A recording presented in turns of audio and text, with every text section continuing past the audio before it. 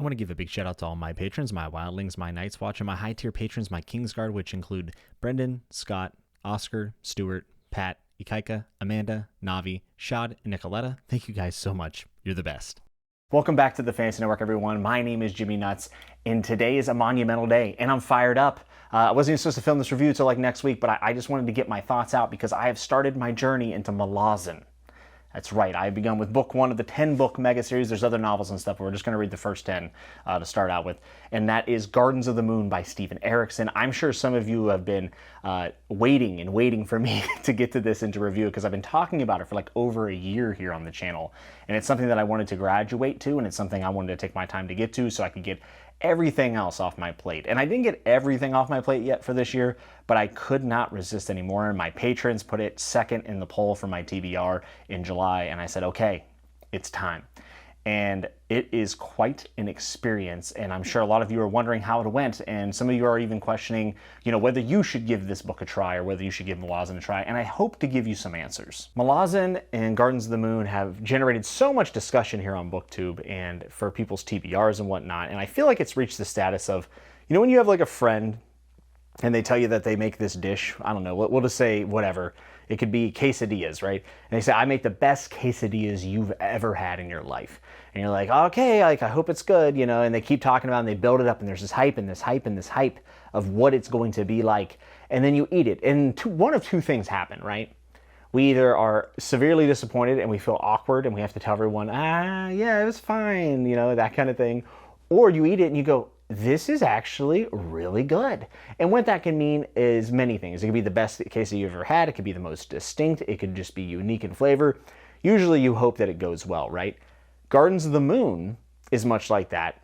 And the one of two outcomes that I came to is that I happen to really love Gardens of the Moon. And I'm so glad that I did. And I want to give a huge shout out to a couple people who have really inspired me to read this series. One is Rhythma. Her channel is excellent. I mention her all the time here on the channel. If you're not subscribed, go do that. But she made a video about how accessible is Gardens of the Moon and Malazan as a whole. I thought it was probably the best video as a sales pitch for Malazan that I've ever heard. And then Philip Chase came on Chatting with Nuts. If you haven't watched that discussion, check it out.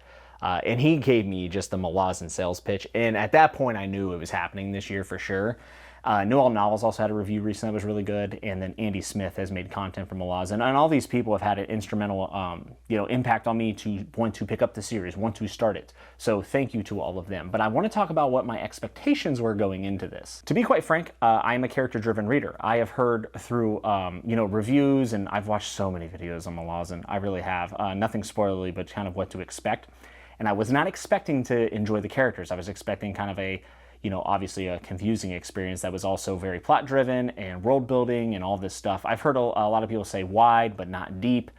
I wasn't sure I was going to like this. In fact, I was pretty nervous to the fact that it was going to be maybe even a DNF. But I was totally wrong. And I think a lot of my preconceived notions about this book, and I don't want to say series because I've only read one book and I'm into book 2 now, so I'm going to try to scope this just to Gardens of the Moon. But Gardens of the Moon surprised me because a lot of the things that I expected not to like, I ended up liking. But let's talk about the elephant in the room. Let's talk about confusion. Is this series as confusing as people say? I would say it's not as confusing as people say, but without a doubt, confusion does play a piece in Gardens of the Moon. And with confusion, a lot of people go down 2 different roads. They either get very frustrated and give up, or that drives curiosity. And then curiosity leads to repetitiveness, where you try to figure things out. And that's what happened to me. I was supposed to read this book slowly, and that did not happen because the confusion led me to want more answers. And I just simply kept picking this book up anytime I had a free moment. This wasn't even in my main read right now. I'm reading Red Rising, and I'll have a review out there for that in a while. But this is supposed to be like my secondary read, like read 30 pages a night if I can. And I just kept picking it up. I'd be eating dinner and pick it up because I'm like, I wonder what happened. I wonder what that was all about in that last chapter. So I think that the confusion is absolutely an aspect of the book. However, I use the glossary a lot in the back, and it has a ton of resources within the book that you can get a lot of answers to and remind yourselves who it is. It's definitely a page flipper where you have to go in the back. So You know, some people aren't going to like that. I happen to really enjoy that when I'm in the mood for it. And also, let's be honest, there are so many resources for Malazan. The wiki, there's even a guide that someone in Alex Nevaez's Discord linked to me. Baba linked it to me, and it has been very helpful. I didn't even have to, by the end of the book, I wasn't using it for every chapter, but I would check on it if I had a chapter I didn't feel like I grasped totally. So my point is yes, there is confusion. Yes, you might need to flip to the back of the book. You might need to check out the wiki. But that doesn't mean that you don't know what's going on totally. A lot of the context is missing around some of these big events, and you have to use context clues to kind of piece it together. And still, even at the end, you don't know the real big implications of some of the stuff mentioned. However, from beginning to middle to end, I did feel like I was told a cohesive story that at least I could draw the main points from, and I ended up even getting invested in some of these characters. So yes, Malazan is a bit confusing. Gardens of the Moon was a bit confusing. Was it absolutely impossible? No, I don't think so. Now, some of you might be watching and say, I don't want to have to read a guide. I don't want to have to read a wiki. I just want to read. Then I would say that this probably would not be a hit for you. I can totally understand how someone would love this experience and how someone would not like this experience. My goal is not to necessarily change your mind if you've already given this a shot, but just to say it's worth a shot. It's totally worth a shot. You know, Wheel of Time's not for everybody. A Song of Ice and Fire is not for everybody. Kingskiller Chronicles, not for everyone, right? And just like that, Malazan's not going to be for everyone. But I think it's definitely worth a shot to see what it's all about. And at least with Gardens of the Moon here, this was absolutely a hit for me. And that's not to say there's stuff I didn't like, and I will go over that in a little bit. But I kind of wanted to address that here at the beginning of the video, you know, of what this book is, and if it's confusing, and if it's for everyone. And the answer is, you know, yes and no, kind of to both questions. The other thing I feel like a lot of people don't talk about is, like, what is this book about? Well, it's about a very vast fantasy world, and you kind of jump in with Gardens of the Moon, like right in the middle of a big siege of Pale coming to a close, and some very big moments happening that have ripple effects throughout the rest of the book. So we're leaving one continent from a siege to go presumably to the next siege point for the Malazan Empire, trying to take one of the last, like, freestanding places. Right, which is Darujistan, if I'm saying that correctly, and a lot of the story takes place there. And then it just starts to unfold within that city of kind of like what's going to happen, how they're going to do it, how are other people trying to defend, so you're getting POVs from both sides. It's just like large-scale military, but also still on a bit of a personal level that I really, really enjoyed. And Erikson's not afraid to throw you in the deep end. It's true. Like, I will say this. I read this entire book. I'm not sure if I even understand all of the magic stuff. In fact, I don't. I know there's different warrens, and different warrens have different types of magic that I think link back to the 4 elder races. The world building and the magic here, I think, is awesome. I mean, it's really, really dense if you're into that. It's not a hard magic system by any means, but like if you're into that and that lore, this is going to be a major hit with you. Within the first 200 pages of this book, I saw magic portals, you know, people going through a different type of thing. You know, the Warren also apparently is not just something that you can open and use, but you can go through it. There was demons.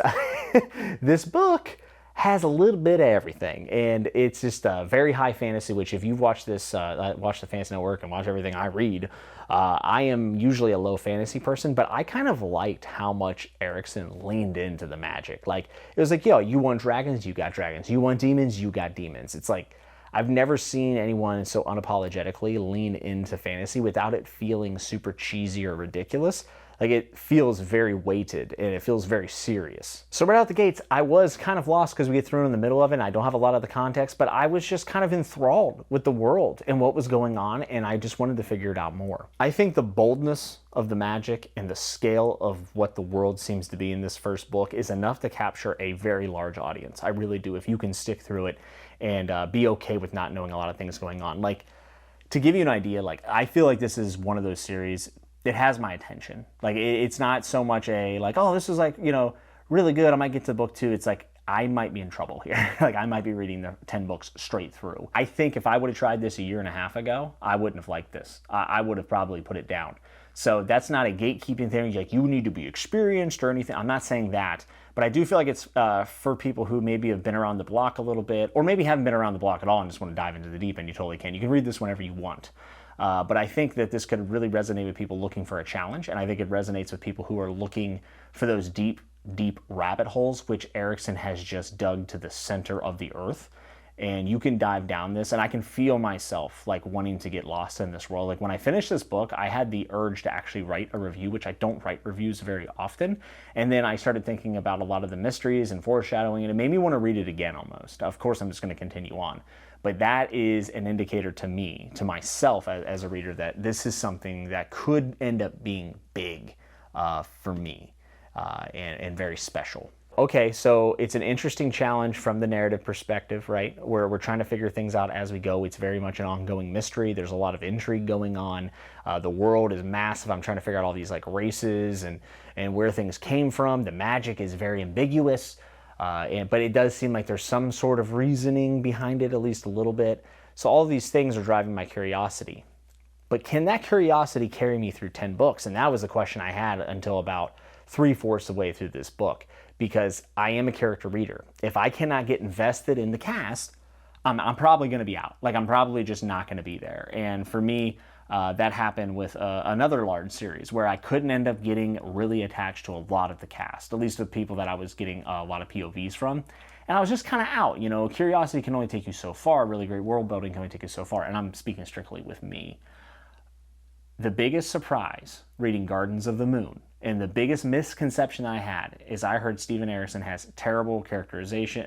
I shouldn't say terrible, that's not fair. No one says terrible, at least not that I've seen. Everyone's been pretty fair. They say it's a weak point of the series is characterization. And there's a big argument between direct and indirect characterization. I'm going to be honest with you.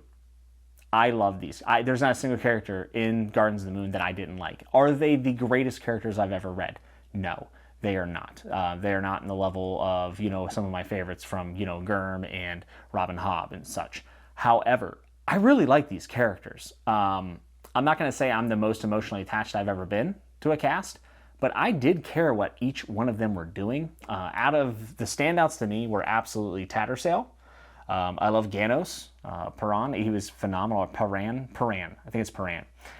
Whiskey Jack and the crew, awesome. I really enjoyed Crocus as well. These names are so hard to say. But one name I will say. People go their entire fantasy careers with they want to have a name this dope. Anamander Rake is one of the sickest fantasy names I've ever heard. And a lot of that, it comes from the fact that he is a bad-ass character. I'm telling you, anyone who says that he writes bad characters or it isn't strong suit, the amount of epicness and weight he gave Anamander Rake is awesome. I mean, it literally made half the book for me. It really did. I need to know more about Rake. I want to follow him around. I want to see what he's doing with that sword. I mean, even the sword, the way it was described and then what it does, blew me away. Do you think Anamander Rake is like the dopest name ever, or am I alone in that? If you think that, let me know down in the comments. So yeah, after being told the characterization was weak, I'll be honest, even the indirect characterization was pretty good. It landed with me. There was a dinner scene with Tattersail and Adjunct Lorne, and they had this little meeting. There's some other people there, and I thought it was such a good scene for every character involved. So much backstory was given to Adjunct Lorne in a short amount of time, a short amount of pages dedicated to this little dinner. It's one of my favorite scenes in the book. It might be my favorite scene in the whole book, and it's just a dinner. And, you're not into these long exposition-y monologues or anything like that. So I thought he did a great job.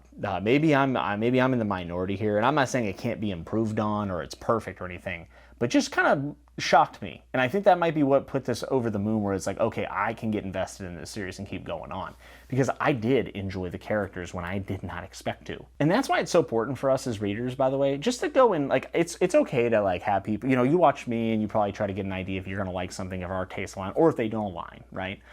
But it is important, if it's something that you want to go for, if it's something that you think that is worth the time to experiment with, like go and just have your own experience. Because if I had listened to everyone, being such a character-driven reader, I probably would have never picked this up. And now I'm looking in, I'm finished book 1 into book 2, and I'm like, I'm having a blast. And I wouldn't have had this experience if I hadn't just taken the leap. So, it's all subjective at the end of the day.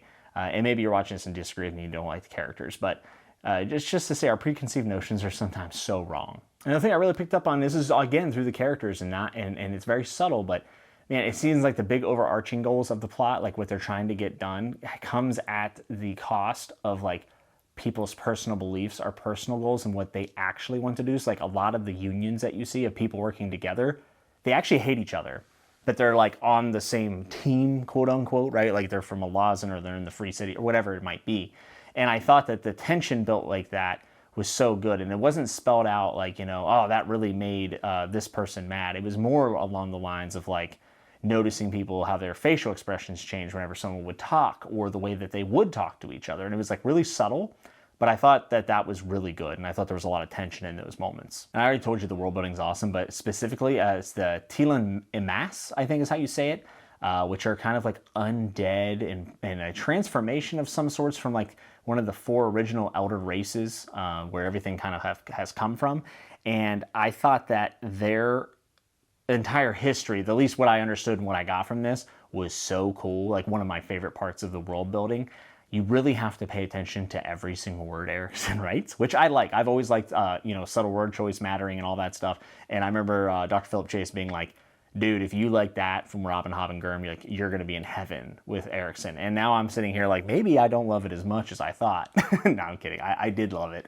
But he does that to a T here, and you can miss out on some really big world building stuff if you're not paying attention. So it does pay to be dutiful whenever you're reading. Now, I've been sitting here talking and kind of gushing, but let me also be honest. There are some cons here. It's not a perfect book. It's not, and I don't expect it to be with the book one. And a lot of people rate Gardens of the Moon towards the bottom, which if this is the bottom, then that's great. But one thing Erikson did do that kind of grated on me just a little bit is that there were descriptions that just seemed so over the top. And what I mean by that, it's not like like a Robert Jordan explaining clothing or something like that. Which can be endearing. It was like literally describing how many feet long a pathway was or how tall a gate was in feet. I don't know. It doesn't do anything for me. A lot of how many paces they walked, 350 paces, and then you break it down, how many yards is that or something. I don't know. Those little like details, it's like, this is already a pretty big book. It's really dense. I don't know if I care how many feet high the gate is, but some people really like that. But that's just something for me that I found to be a little bit annoying. So another con for me personally, and you guys know I like bleak stories, I like grim stuff. I'm not afraid to get depressing at all. However, I would like to see a little bit more of tonal shifts with the areas that we're in. Like I felt like Pale, and then we went over to Genebacus continent. It kind of felt the same to me. Like I didn't feel like there was a ton of distinction between the two as setting wise. I mean, I'm sure it was there, but like I didn't catch on, so maybe it's just my own fault. But I hope that we see a little bit more of a range with areas. I think back to like A Song of Ice and Fire, right? Like the Wall, very gloomy and cold, and then you have Dorne, right? And then Dorne is totally different. So I kind of hope I get a little bit of range, since I know that we're going to be jumping along, all across this world. I'm sure we will, but that's just something that I hope the atmosphere kind of changes as we go on. And I don't necessarily want it to just be book to book. I'd like it to be interbook changes, right? Just to give me a little bit of variance, especially whenever it's those longer books. And then there was a bit towards the end with a certain tyrant, and this is no spoiler, so I won't say anything. And I just felt like it was a little bit anticlimactic. I don't know if it'll come back into play later down the road. But the stuff with the tyrant, I was really excited about it. Like I was like, this is going to be epic. And it just kind of felt anticlimactic and a little bit rushed. Again, I don't know if that'll play down the road, but just in Gardens of the Moon, I didn't love how that ended. And then the final thing is, I know I'm supposed to be confused. I know that is part of my experience, and it's totally fine. However, whenever there were big payoff battles towards the end, the magic is so nebulous that I couldn't follow half of the things going on in the battles, and it kind of lost me a little bit there, and that's such a shame because I felt like the climax of the book was built up to really well, like very, very well. I like the pace of this book quite a bit, but there were, and it wasn't all the magic scenes, it was just some. When it's described what's going on, I'm just like, what in the hell does any of that mean? Like I might read a paragraph and only understand a few words, right? And what part of it's because, it's confusing and the magic is so crazy, but also Erikson has a ridiculously expansive vocabulary where sometimes I think the words are like world building words, but they're actually English words I've just never used or heard of. But yes, I think some of the confusion and mystery was unnecessary within the battles at the end, or it could have been fleshed out more maybe earlier. Maybe we do less of the how many feet a gate is and we kind of feed a little more information. I know that's not his style. He's an extreme show, do not tell. That's fine. but I thought it took away from some of the climax. However, the ending overall was really good. It felt like a tale that was complete. I kind of felt like you could take a breath finally at the end of this book because it was pretty tense there for a bit. And there's a lot more coming. Like, you can feel that. Like, this conflict is not over, and there's so many loose ends that still need tying up. It is very hard to not imagine myself wanting to read these one after another as fast as I possibly can. And I don't mean like sprint through the books, because they're not those type of books really, but I just mean like putting too many books in between, like a 2 and a 3 or a 4 and a 5. And I just want to learn more. Like, I felt like I grew as a reader during this book. I love the indirect characterization. Erikson is by far the best I've seen anybody do it. It's not even close. He did an exquisite job with that. I really enjoyed the cast of characters. I know we're going to get a ton more when we step away from some of these characters. I'm fine with that. I kind of trust Erikson to give me some really cool POVs. And to put it simply, Malazan is just an itch I didn't know I wanted to scratch, and now I just want to scratch it raw, which is pretty gross and grim, but so is a lot of Malazan. And those are my thoughts on Gardens of the Moon and the beginning of Malazan. I know a lot of you are watching this probably wondering if you should take the dive. I think you should at least try it. And don't get discouraged if you get confused. It is part of the game. However, there are also a ton of resources out there that don't spoil things that can help you along. If you need any help, reach out to me. I had a decent amount of help from people in the Discord, the Patreon Discord that we have. And I think that there's enough of a community to help you get through this. And I do think it's worth reading. Like, I think there's stuff in here. I mean, these might be some of the best fantasy races I've ever read.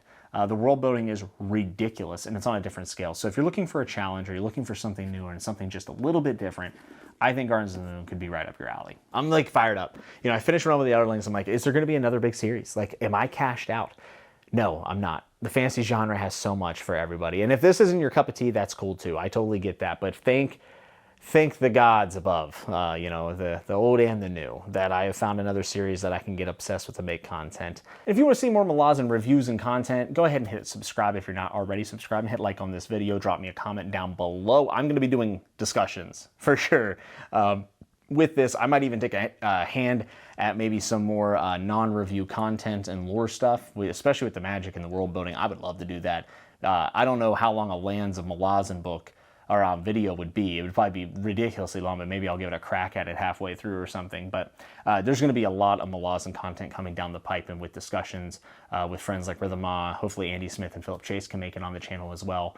But I'm just really fired up. Like, I'm legitimately fired up about this series. I haven't read anything like it. It's so unique, and there's a lot of content here. It's awesome when you fall in love with the universe that is so big, because you're never going to run out of stuff to read. And, you know, he's still writing. Him and Esselman are still writing books on the side, these novels that tie in and tell new stories and all this stuff.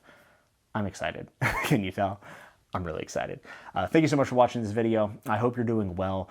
There is a Patreon link down in the description if you feel so inclined. It's optional, but always appreciated. I appreciate all my patrons that I have right now. You guys are the absolute best. And thank you again for watching. And I hope you're good. I hope you're safe. Remember to always keep turning the page.